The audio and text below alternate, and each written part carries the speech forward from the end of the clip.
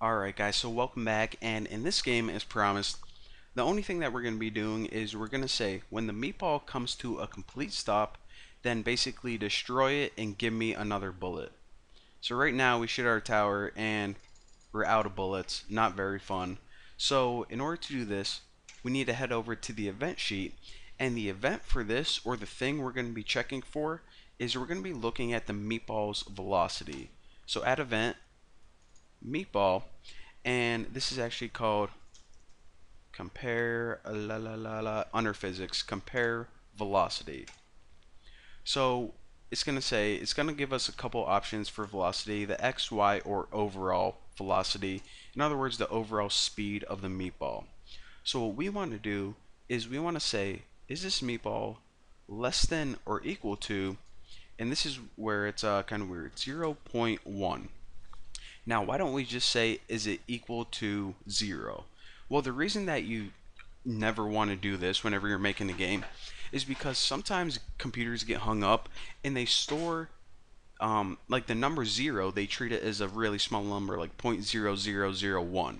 So if we just put equal to 0, even though the meatball, it would appear that it's not moving, it could have an internal value stored for velocity of like 0.0001, and the user would just look at it be like, what do I do now? So that's why in this case you want to put less than or equal to a value of something like zero point 0.1 or something that's really small. Set done. So that's what we're looking for, and whenever this happens, in other words, whenever the meatball stops moving, then what action do we want to complete? Well, all we want to do is destroy the meatball. So meatball, destroy. So here's the logic of this right now. Right now, we shoot the meatball, and whenever it stops moving or goes off the screen, it gets destroyed. Now, whenever the meatball is destroyed, then what it does is the camera scrolls back to the cannon, and it also makes it so you can fire another meatball, sets it back to 0. So now let's go ahead and play this and check it out. Of course, like before, whenever our meatball goes off the screen, we get another one. And now, whenever our meatball comes to a complete stop, it disappears automatically. But I don't know if you guys saw that, but check it out. It's kind of weird because the meatball just gets destroyed like instantly, and it's kind of awkward like looking at it disappear that quickly. So what we can do in order to kind of fix that is after this right here, after the meatball gets destroyed, well, where can we put this?